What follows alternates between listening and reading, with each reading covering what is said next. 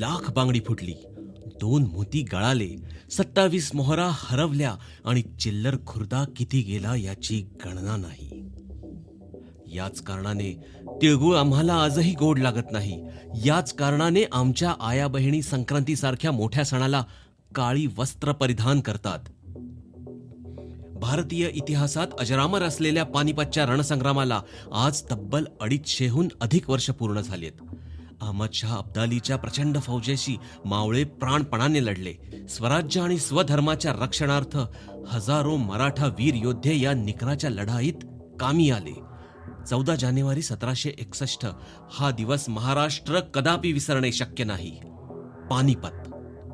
1.5 लाख उभा मराठा कापला गेला. मराठी माणसाच्या 3 पिढ्या एका दिवशी एकाच ठिकाणी खच्ची पडल्या. लौकिक अर्थाने काळा दिवस म्हणून या दिवसाची नोंद झाली. पानिपत होणे हा वाक्प्रचारही रुजला. युद्ध. युद्ध म्हटले की त्याची परिणती विजय किंवा पराभव.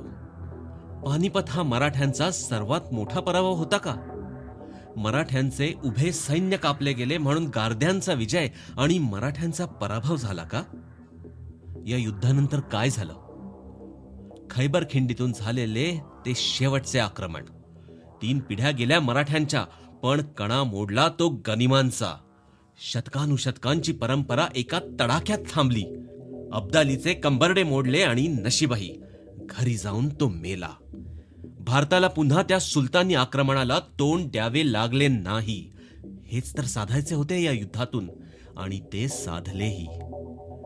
पानिपत ही मराठ्यांनी देशासाठी दिलेली सर्वोत्तम आहुती होती. बचेंगे तो और भी लढेंगे म्हणणारे दत्ताजीचे मराठे भुकेल्या पोटी आणि तहानलेल्या ओठी एकाकी लढले. हा, मराठा एकाकी पडला, पण अडला, नडला आणि थेट भिडला.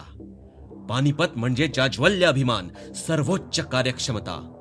पानिपत म्हणजे दुसऱ्यांवर विजय आणि आपल्याकडून पराभव. आणि या अर्थी पानिपत म्हणजे एक शिकवण. मराठ्यांनी गाजवलेल्या पराक्रमाची गाथा, आपला अभिमान, आपले देशप्रेम, आपला त्याग, ज्यावर प्रत्येक मराठ्याला गर्व वाटावा. आपण न थकता देशाला, जगाला तो सांगावा. एक पर्व संपले, आक्रमणाचे, नाचक्कीचे, बलात्कारांचे.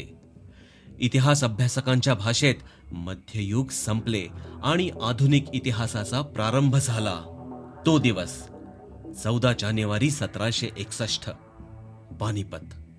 चला त्या मर्द मराठ्यांच्या हौतात्म्यासमोर नतमस्तक होऊया. पानिपतच्या रणभूमीवर कर्तृत्व गाजवून मातीत मिसळलेल्या पूर्वजांच्या स्मृतींना विनम्र अभिवादन.